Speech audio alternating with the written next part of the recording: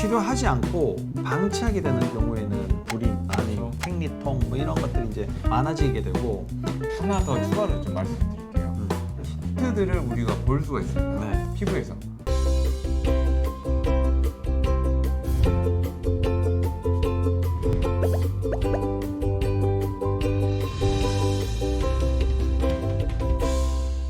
안녕하십니까, 아프지 마쇼의 닥터 준스 김준영입니다.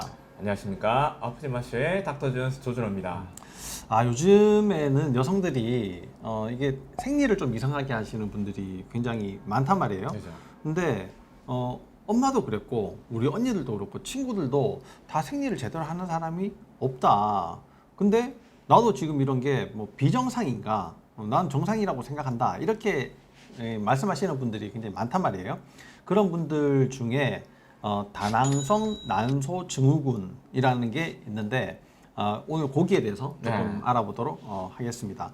다낭성 난소 증후군, 그러면 난소에 일단 문제가 있다, 그렇죠. 이런 얘기인데 난소니까 여성에게 국한된 질병이다, 이렇게 볼 수 있겠죠, 그죠? 네, 뭐 증후군이니까 사실 거기에 관련된 여러 가지 증상이 있는 거지, 이게 뭐 꼭 질병이다 이렇게 얘기하기도 조금 애매하긴 하지만, 생리를 좀 뭐 이상하게 주기가 안 맞거나 뭐 아니면 건너뛰거나 생리통이 너무 심하거나 뭐 여러 가지 문제들이 이제 생길 수 있는 그런 질병이죠. 그 다낭성 난소 증후군이라는 게 다낭성, 그러니까 다는 많다, 낭성 무록이 그 난소에 많은 증상이다, 이런 얘기인데, 이런 문제가 뭐 생리 뭐 이런 데도 이제 관련이 있겠지만 뭐 또 다른 문제는 또 뭐가 있을까요?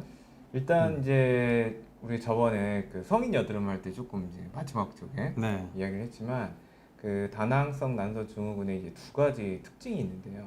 하나는 이제 고안드로겐, 그러니까 안드로겐 혈증, 그러니까 안드로겐의 수치가 굉장히 높아지는 거고, 안드로겐은 남성 호르몬이죠. 두 번째는 인슐린이 높아지는 고인슐린 혈증, 두 개가 이 다낭성 난소 증후군을 여러 가지 메커니즘을 일으키는 큰 축이 됩니다. 그렇죠. 그래서 이제 안드로겐이 이제 많아지게 되면, 우리 이제 그 사춘기 때 여드름 나는 거 똑같습니다. 그 안드로겐 자체가 피지샘을 더 활발하게 만들고 피지 분비를 더 증가시키기 때문에 이런 그에 관련된 얼굴에 여드름이 생기는 거거든요.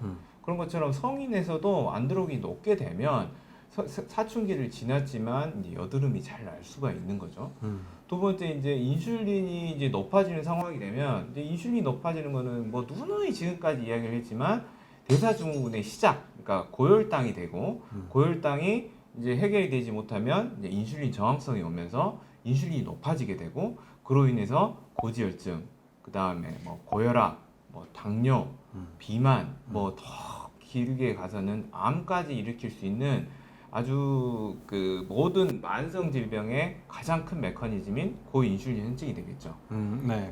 그 인슐린을 적당하게 분비해 가지고는 이게 작동이 잘 안 되니까, 그렇죠. 많이 만들어낼 수밖에 없는 상황이 이제 인슐린 저항성인데, 이게 내 몸에서 포도당을 세포 안으로 집어넣어주는 역할을 하는 거잖아요.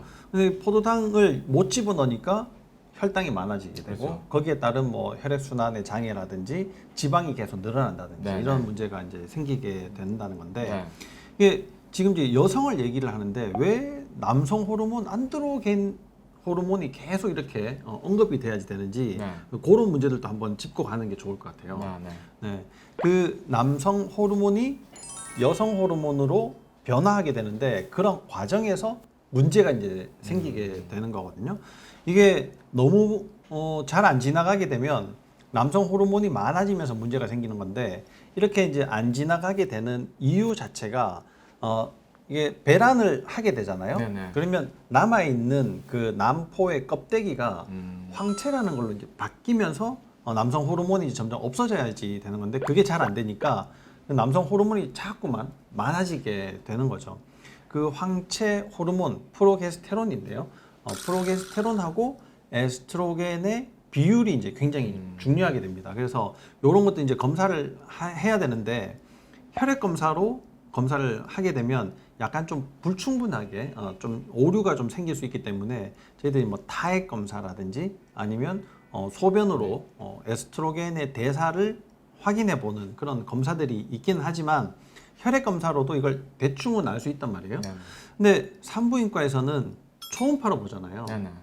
초음파로 보면서 이게 물혹이 난소에 몇 개가 있나, 이게 이제 잘 없어지지 않고 얼마나 지속이 되고 유지가 되는가, 이런 것들을 이제 확인을 하는 건데, 그런 것들을 꼭 초음파를 보지 않아도 혈액 검사로 네. 어느 정도는 알 수 있다, 이런 얘기입니다. 그러니까 혈액 검사 해보면 좋은데, 이게 산부인과에서는 조금 이게 등한시하는 호르몬이 프로게스테론이라는 호르몬이거든요. 그래서 이런 것들을 이제 잘 측정을 해보는 게 중요하고, 그런 것들 이제 기능의학 병원에서 검사를 해서 어느 정도로 나오는가도 중요하지만 비율이 중요하단 말이에요. 네. 에스트로겐이 너무 많이 이게 생성이 되는 경우를 우리 이제 에스트로겐 우세증이다, 이렇게 얘기를 하는데, 인슐린이 너무 많이 만들어지는 것처럼 에스트로겐이 너무 많이 만들어지는 상황, 그러니까 내 몸에서 잘 작동을 안 하게 되기 때문에 에스트로겐이 많이 만들어질 수밖에 없는 상황이죠. 이렇게 만들어져도 내 몸에서 제대로 작동 안 하게 되는 네. 그런 문제들이 에스트로겐 우세증인데, 이게 그럼 에스트로겐이 많이 만들어질 때만 그러냐? 그렇죠. 실제로 그렇지 않다. 에스트로겐이 적당하게 만들어지고 있음에도 불구하고 프로게스테론의 수치가 너무 작아서 비율의 차이가 많이 나는 경우에도 에스트로겐 우세증의 상황이 생길 수가 있게 되는 겁니다. 그러면 이제 에스트로겐이 내 몸에서 생각하지 못하게 너무 과다하게 네. 작용을 하게 된다, 이런 얘기죠. 그것 때문에 난소에 문제가 생기고, 난소에 문제가 생기니까 또 자궁의 문제로 이어지고, 여성들이 이제 자궁과 난소로 주로 하는 게 임신이지 않습니까? 네, 네. 임신인데 임신 준비가 되어 있다라고 신호를 보내주는 게 생리를 하는 건데, 이 생리에 문제가 생기면서 요즘 뭐 불임, 난임 이런 이제 부부들이 굉장히 많이 늘어나고 있는데, 안 그래도 출산율이 굉장히 떨어져 있는데 불임, 난임 이런 환자분들이 많이 생기니까 뭐 국가적으로도 문제고 사실 개인적으로도 굉장히 큰 문제들이 생길 수가 있단 말이에요. 내가 뭐 젊을 때는 뭐 여드름이 많이 나서 좀 문제기도 하지만, 이 문제를 고치기 위해서 난소를 적당하게 배란을 할 수 있도록 만들어주는 게 중요하기 때문에 산부인과에서는 이제 피임약을 그렇죠. 처방을 해서 이 주기를 잘 맞추고 적당하게 배란을 할 수 있도록 이제 작용을 하도록 유도를 하는 거지만, 이게 근본적인 치료는 아니지 않습니까? 네. 그죠? 그러니까 근본적인 치료는 아까 말씀하신 것처럼 남성 호르몬이 이렇게 과다하게 되지 않도록, 또 인슐린 저항성을 줄여줄 수 있도록 하는 거니까, 뭐 인슐린 저항성을 줄이는 데는 당연히 첫 번째가 뭐 스트레스 조절도 중요하겠지만 식이요법. 네. 근데 그 식이요법을 잘 해야지만 남성 호르몬이 또 여성 호르몬으로 바뀌는데 굉장히 큰 도움이 되는 거죠. 우리가 이제 주의해야지 되는 음식들, 이런 것들이 다낭성 난소 증후군에도 굉장히 중요하게 쓰여지는데, 그런 음식들은 뭐가 있나요? 네. 밀가루, 네. 또 이제 유제품과 네. 같이 우리 이제 음식 알레르기를 잘 일으키는 물질도 있고요. 네. 또 막 염증을 잘 일으키는 것들, 단 음식, 뭐 단 과일, 음료수, 설탕, 그리고 이제 가루화된 것들, 뭐 쌀가루, 네. 밀가루, 이렇게 빨리 흡수되고 빨리 해소되는 이런 음식들을 좀 자제하는 게 굉장히 중요하겠습니다. 그렇죠. 근데 지금 말씀하셨던 음식들이 다 장에도 안 좋은 네. 영향을 미친단 말이에요. 그래서 다낭성 난소 증후군이 있는 분들한테 꼼꼼하게 이제 물어보게 되면 대부분 장이 안 좋은 상태를 네. 많이 가지고 있다. 그래서 이 뭐 변비가 있다거나, 아니면 뭐 물음변을 자주 본다거나, 뭐 식사하고 나서 뭐 바로, 아니면 식사 중에서도 화장실을 꼭 가야지 되는 이런 상황들이 계속 벌어지고 있기 때문에 인슐린 저항성, 다낭성 난소 증후군, 그다음에 콜티졸 상승, 남성 호르몬 상승, 이런 것들이 네. 주르륵 이어서 이제 계속 가게 되는 거죠. 이런 것들을 이제 고치려면 음식을 반드시 조심하셔야 되고, 네. 아까 말씀하신 그런 음식들을 네. 일단은 조심을 하셔야 되겠죠. 이런 호르몬들의 불균형이 생기게 되면 뭐 간단하게는 지금 에스트로겐 우세증, 뭐 인슐린 호르몬 이런 것들을 얘기를 했지만, 그거 말고도 우리 몸에는 수많은 호르몬들이 있는데 네. 이게 서로 조율을 잘 이루면서 우리 몸의 항상성이라는 걸 유지를 하거든요. 네. 근데 그 항상성이 깨져버리게 되면 내 몸이 이제 막 흔들리게 되는 거죠. 그렇죠. 그러면서 이제 각종 문제들이 이제 연이어서 이렇게 생기는데, 이런 문제들을 해결하기 위해서 메트폴민이라는 당뇨병 치료제 약을 많이 이제 요즘은 네.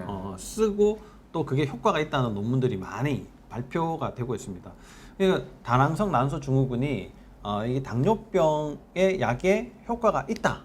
이런 얘기는 이거는 뭐 뻔할 뻔자로 대사의 문제다. 그렇죠. 그러니까 내가 먹고 그다음에 소화 흡수를 시키고 에너지로 쓰고 쓰레기를 버리고 이런 작용들 자체가 문제가 있다. 이런 얘기죠. 그래서 메트폴민을 이게 처방을 받아서 먹는 것도 중요한데 우선적으로는 내가 먹는 것을 먼저 잘 고쳐야지 된다. 이런 얘기들을 오늘 꼭 드리고 싶네요. 이 치료하지 않고 방치하게 되는 경우에는 뭐 아까도 말씀드렸지만 불임, 그렇죠. 그다음에 뭐 생리통 뭐 이런 것들이 이제 엄청 많아지게 되고 그런 것들을 동시에 교정을 하면서 내가 또 여성 같은 경우에는 체중을 줄이는 게 그렇죠. 또 뭐 평생의 숙제지 않습니까?